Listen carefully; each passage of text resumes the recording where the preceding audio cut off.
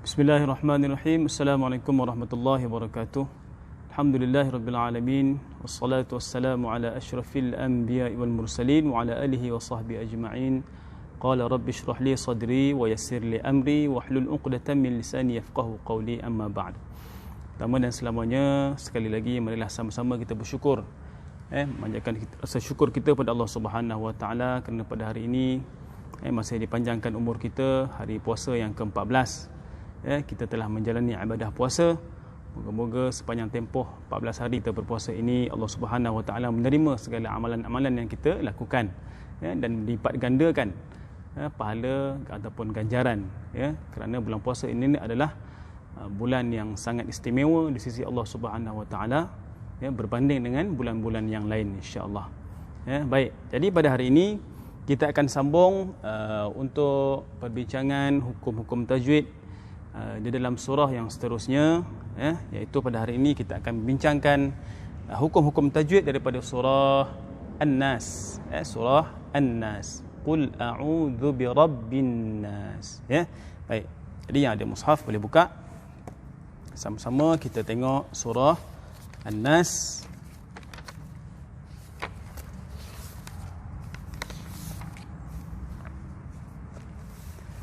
Baik. Surah An-Nas terdiri daripada 6 ayat, seperti mana yang telah kita bincangkan pada kuliah yang sebelum ni.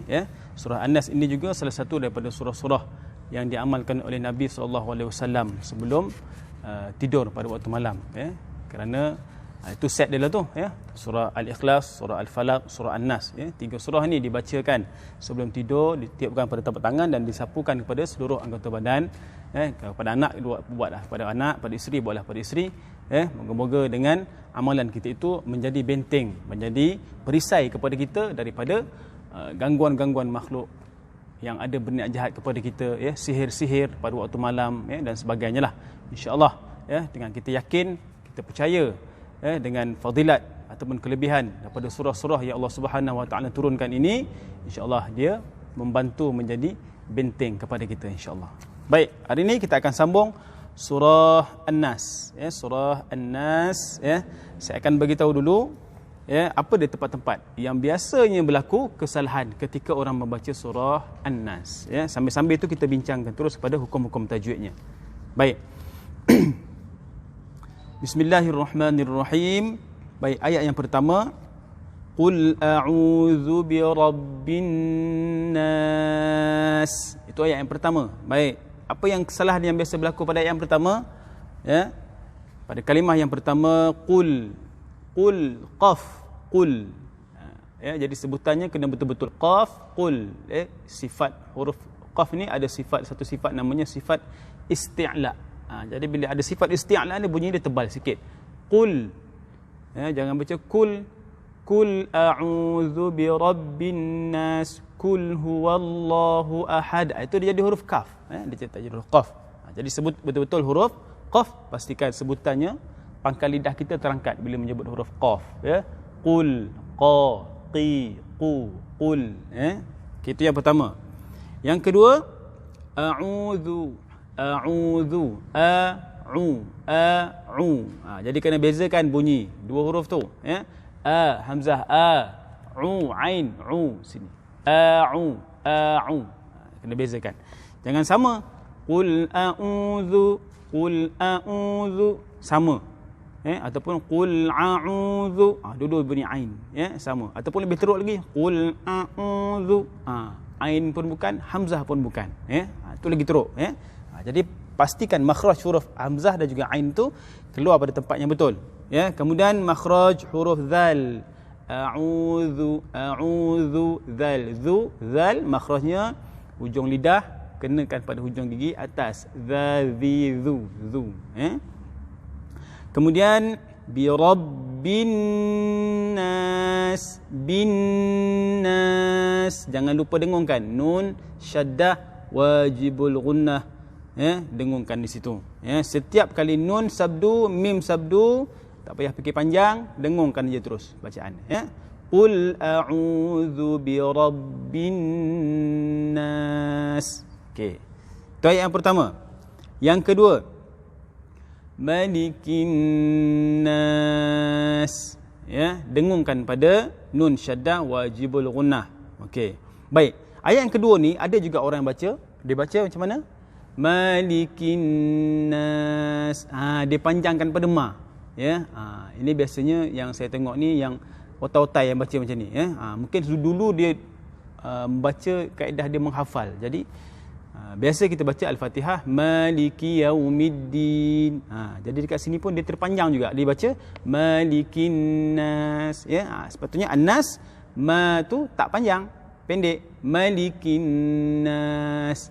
Pendek, satu harakat sahaja, ya, jangan panjangkan. Ya, itu ya, ada saya jumpa ya yang baca macam tu, ya. Baik, kemudian yang ketiga, ayat yang ketiga, Ilahin Nas. Ilahin nas, hinnas. Sama juga dengungkan nun syaddah wajibul gunnah. Okey. Baik. Ayat kedua dan ketiga ni pendek ayat dia, ya, dan mudah. Baik. Ayat yang keempat. Ayat yang keempat. Min syarril waswasil khannas. Baik. Yang pertama, min syarri, min, dengungkan nun mati bertemu dengan shin, hukumnya ikhfa hakiki, dengungkan bacaan, ya. Min syarril waswasi, waswasi. Baik, sin matikan betul-betul, ya. Min syarril waswasil. Jangan baca min syarril waswasil. Dia ada bunyi waswa, waswa, macam bunyi qalqalah pula. Ya, sin bukan huruf qalqalah, ya. Jadi matikan betul-betul. Min syarril waswasil. Was mati. Waswasil. Dia biasanya ni biar orang baca laju-laju dia akan jadi macam tu, ya. Min syarril waswasil khannas. Waswasi. Ya, dia jadi macam tu. Jaga, ya. Kemudian khannas, dengungkan nun sabdu ataupun nun syaddah wajibul gunnah, dengungkan bacaan. Baik, kemudian ayat kelima, allazi yuwaswisu fi sudurin nas. Baik, allazi, zi, makhraj huruf dzal, allazi. Ini pun sama juga, sin mati jaga. Yuwaswisu, yuwaswisu. Jangan baca allazi yuwaswisu fi. Dah silap bunyi macam berbaris depan pula huruf sinnya, ya. Allazi yuwaswisu fi. Yuwaswisu fi. Dah jadi baris, sin tu mati. Yuwaswisu fi. Matikan betul-betul. Allazi yuwaswisu fi, ya. Baik, kemudian sad, sudurin, ya, sad.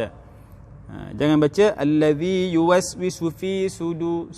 Dia jadi sin, sudu jadi sin, tebalkan sad, ya. Kemudian rinnas, rin, dengungkan nun syaddah wajibul gunnah, dengungkan. Okey. Dan yang terakhir ayat yang ke-6, minal jinnati wan nas. Minal jin, dengungkan. Yang pertama, minal jinna. Kenapa kena dengung? Pasal ada nun yang ada tanda sabdu ataupun hukumnya nun syaddah wajibul gunnah, jadi kena dengungkan. Okey. Sama juga minal jinnati wan, dengungkan juga pasal dia nun syaddah wajibul gunnah, ya. Wan nas. Jadi semua, kalau kita perhatikan semua dalam surah An-Nas ini, semua hujung kalimah, hujung ayat, daripada ayat 1 sampai ayat ke-6, semuanya ada nun syaddah wajibul gunnah. Jadi semuanya kena dengungkan, ya. Jangan pilih-pilih, jangan pilih-pilih. Ayat 1 nak dengung, ayat kedua tak nak dengung lah, ayat ketiga nak dengung balik. Jangan pilih, tak boleh. Dengung nun syaddah kena dengung, ya. Wajibul gunnah, wajib didengungkan. Okey, baik. Jadi saya ulang sekali lagi bacaan penuh, surah An-Nas, perhatikan sama-sama, A'udzu billahi minasy syaithanir rajim. Bismillahirrahmanirrahim. Qul a'udzu birabbin nas, malikin nas, ilahin nas, min syarril waswasil khannas, alladzi yuwaswisu fi sudurin nas, minal jinnati wan nas. Baik, jadi jaga mana tempat kena dengungkan, mana tempat panjang, pendek, kena bezakan. Jangan pendek baca panjang, panjang baca pendek. Di samping makhraj huruf yang lain, huruf qaf, huruf sad, huruf dzal. Ini huruf-huruf yang biasa orang lakukan kesalahan ketika menyebut huruf-huruf ni. Tak semua huruf yang susah. Ada huruf-huruf tertentu saja. Sebab kita sebut huruf tu hanya bila kita baca Quran je. Dalam pertuturan harian kita tak sebut huruf-huruf tu. Macam huruf sad, tebal bunyi dia. Kita ada huruf S. Kita tak kata saya suka. Itu bunyi tebal kan. Dia saya suka bunyi sin. Jadi tu makhrajnya kena bezakan. InsyaAllah dalam perbincangan akan datang, saya akan fokuskan lagi sikit lebih fokuskan kepada huruf-huruf yang biasanya berlaku kesalahan ketika orang menyebutnya. Ketika orang menyebutnya. Kita akan bincangkan kenapa boleh jadi salah, kenapa boleh jadi tak betul, dan apa akibatnya bila kita baca bunyinya salah, tak betul sebutan huruf tu, apa kesan dia pada bacaan kita, insya-Allah. Jadi saya rasa setakat itu dulu untuk kali ini. Selamat berpuasa dan selamat berbuka puasa. Moga-moga Allah Subhanahu Wa Taala menerima ibadah puasa kita. Saya akhiri dengan assalamualaikum warahmatullahi wabarakatuh.